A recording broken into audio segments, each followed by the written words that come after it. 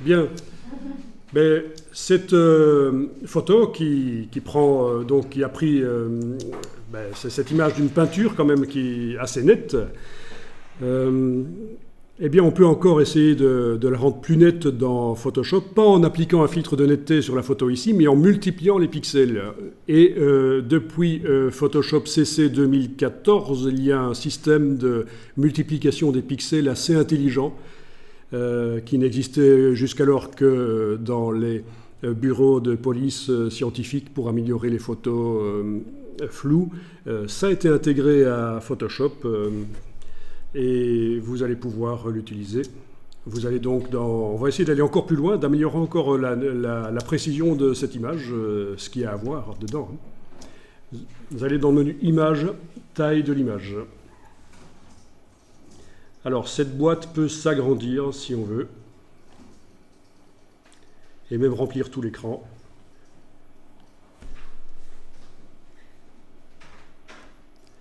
Donc par sa petite case en bas à droite, la boîte taille de l'image peut s'agrandir. Et ça peut être pratique pour bien voir ce qu'on fait. Donc l'image derrière ne me sert plus, là clairement, je veux dire, je ne me réfère plus à l'image qui est là derrière, je regarde le preview, l'aperçu là dans la boîte taille de l'image.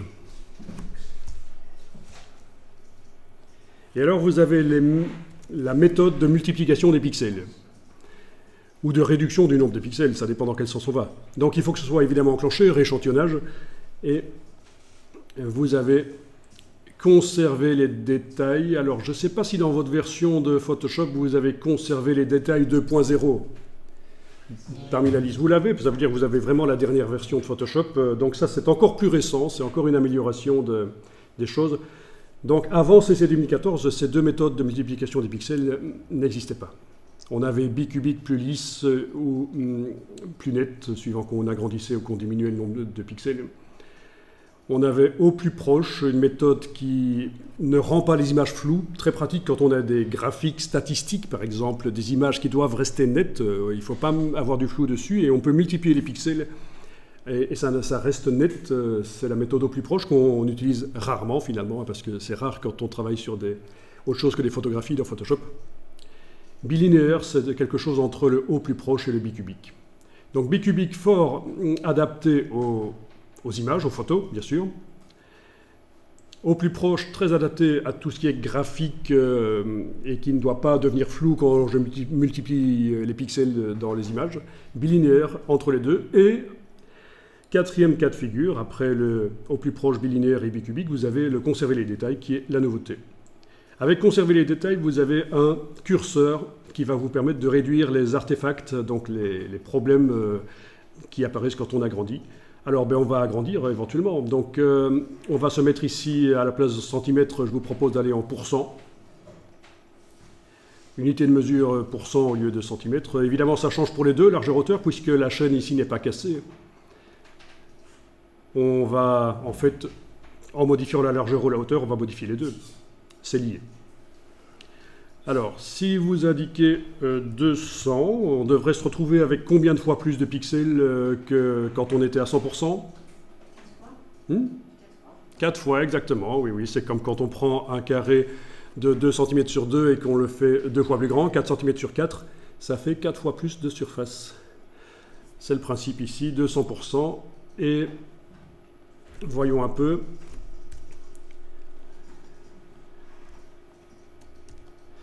Donc pour zoomer en avant et en arrière là-dedans, vous pouvez utiliser raccourci si vous voulez, Alt pour avoir la loupe négative. Alors ça devient un peu lent en fait. Hein. Ah oui, et commande barre d'espacement pour avoir la loupe positive. D'accord? Bon alors voyons un peu si ça a amélioré les choses. En fait c'est simple. Si vous enfoncez le bouton de la souris sur le preview, vous voyez comment c'était avant. Et quand vous lâchez, vous voyez le calcul qui a eu lieu. Donc on a 4 fois plus de pixels. On a une image encore plus précise. Et évidemment, oui, ça c'est quand même flagrant là, pour le veston là, du personnage. Photoshop vraiment prend une ligne noire en escalier et arrive à recréer quelque chose par un calcul d'interpolation. Donc voilà, vous pouvez démarrer d'images qui sont un peu éventuellement pourries. D'ailleurs, on verra comment récupérer, parce que ça arrive souvent, un logo qu'on vous fournit, un logo qui est pourri, comment arriver à le lisser grâce à Photoshop. Il y a des techniques. Ce n'est pas nécessairement celle-là. Ok, pas mal ça. Et alors, pour les grandes surfaces unies qu'on n'a pas dans cette image, malheureusement, je pense qu'on n'a pas de grande surface unie, il est possible qu'on voit des artefacts, des erreurs dans le calcul. Et c'est là que le conserver réduction du bruit, ici le curseur, servira. Mais dans le cas de cette image, ça ne va pas servir. On fera l'expérience avec une voiture, une image de voiture qu'on va agrandir. Vous allez voir la carrosserie bien lisse de la voiture, ça va vraiment nous servir, ce curseur réduction du bruit. Ok, donc on va obtenir une image de 295 pixels comme c'est indiqué ici. Et avant, agrandissement du nombre de pixels, c'était à 73,9. Donc une image de 11 000 pixels sur 8800, c'est quand même assez gros. Et pourtant, on va la mettre sur le web, sur une page web, grâce au système Zoomify, qui est vraiment très pratique quand vous voulez montrer un produit que vous vendez, ou une peinture, ou un paysage, vous voulez le montrer sur une page web, et vous voulez que les gens puissent zoomer dessus, dans la page web. Voilà, j'ai cliqué sur OK, et là je double-clique sur la main dans la palette des outils, et ça ne marche pas. Super, double-clic sur la loupe, ça marche. Oui, si ça marchait la main, mais double-clic sur la loupe, ça marche. Si, normalement, double-clic sur la main doit marcher aussi. Bon, si ça marche, voilà. C'était un peu lent chez moi. Double-clic sur la main, ça vous montre l'image en entier, le plus grand possible sur l'écran. Double-clic sur la loupe, ça fait correspondre la trame des pixels de l'image avec la trame des points de l'écran, donc vous la voyez vraiment nickel. C'est le mieux pour vraiment juger la qualité d'une image. Vous allez l'enregistrer au format Photoshop, en changeant éventuellement le nom. De toute façon, il faut changer. On va dire que c'est la version agrandie. Voilà. Ah tiens, on va réduire le nom, parce que pour une utilisation sur le web, il vaut mieux pas dépasser les 32 caractères pour le nom du fichier. Il faut absolument que les espaces soient des underscores ou des tirets. Il ne faut pas d'accent. Enfin, ça, c'est toutes les règles pour les images qu'on met sur le web. Tout se passe bien tant que vous restez sur votre ordinateur avec Photoshop, mais dès que vous envoyez ça sur un serveur, si vous ne respectez pas certaines règles, donc pas commencer le nom par un chiffre, pas d'espace, il faut que ce soit des underscores ou des tirets, pas d'accent, et pas plus de 32 caractères. Et si vous faites ça, ça marchera dans tous les cas, vous n'aurez pas de problème. Donc j'ai dit que j'allais l'enregistrer au format Photoshop, voilà. Comme ça, je ne recompresse pas avec le JPEG.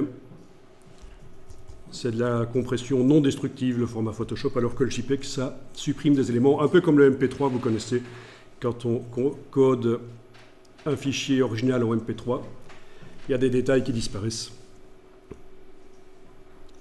Ça peut parfois être pratique. J'ai déjà eu le cas de fichiers originaux où il y avait des crépitements dus aux appareils et à la table de mixage. Dès qu'on compresse en MP3, tiens, les petits crépitements disparaissent. Parce que ça supprime les choses. Ben, le JPEG, c'est un peu comme ça supprime des choses qui sont censées ne pas être utiles dans l'image. Mais donc là, je n'ai pas envie de recompresser en JPEG, donc j'ai enregistré en PSD.